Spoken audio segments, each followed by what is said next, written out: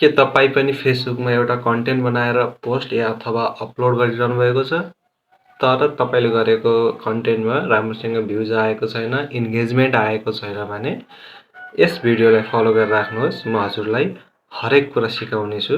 सुरुमा त हैन, हजुरले भिडियो बनाउनु भयो, एउटा कुनै कन्टेन्ट बनाउनु भयो, मेन इम्पोर्टेन्ट कुरै त्यही हो हैन। एउटा कन्टेन्ट बनाउने, एउटा रिल्स बनाउने, कुनै एउटा भिडियो बनाउने, त्यसपछिको दोस्रो इम्पोर्टेन्ट कुरा भनेको त्यसको लागि टाइटल चुज गर्ने हो।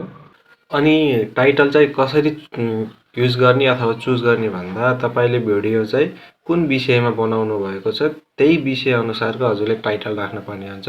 हजुरले एउटा भिडियो बनाउनु भयो र एउटा टाइटल राख्नुभयो भने हजुरको भिडियोले कुनै रिच पाउँदैन, कुनै भ्युज पाउँदैन। त्यही भएर जस्तो भिडियो छ त्यही अनुसारको चाहिँ टाइटल राख्नुपर्छ। अनि दोस्रो कुरा भनेको चाहिँ ह्यासट्याग हैन।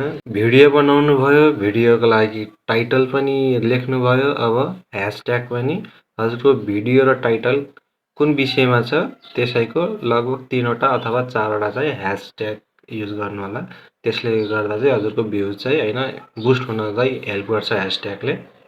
यति गरिसकेपछि चाहिँ हजुरको एउटा भिडियो अपलोड गर्नको लागि रेडी हुनेछ। यस्तै तरिकाले हजुरले भिडियोहरू बनाएर अपलोड गर्नुहोला। बिस्तारै बिस्तारै इन्क्रिज हुने हो। एकैचोटि सबैले एकैचोटि इन्क्रिज गर्न सक्नु हुँदैन, सकिँदैन पनि।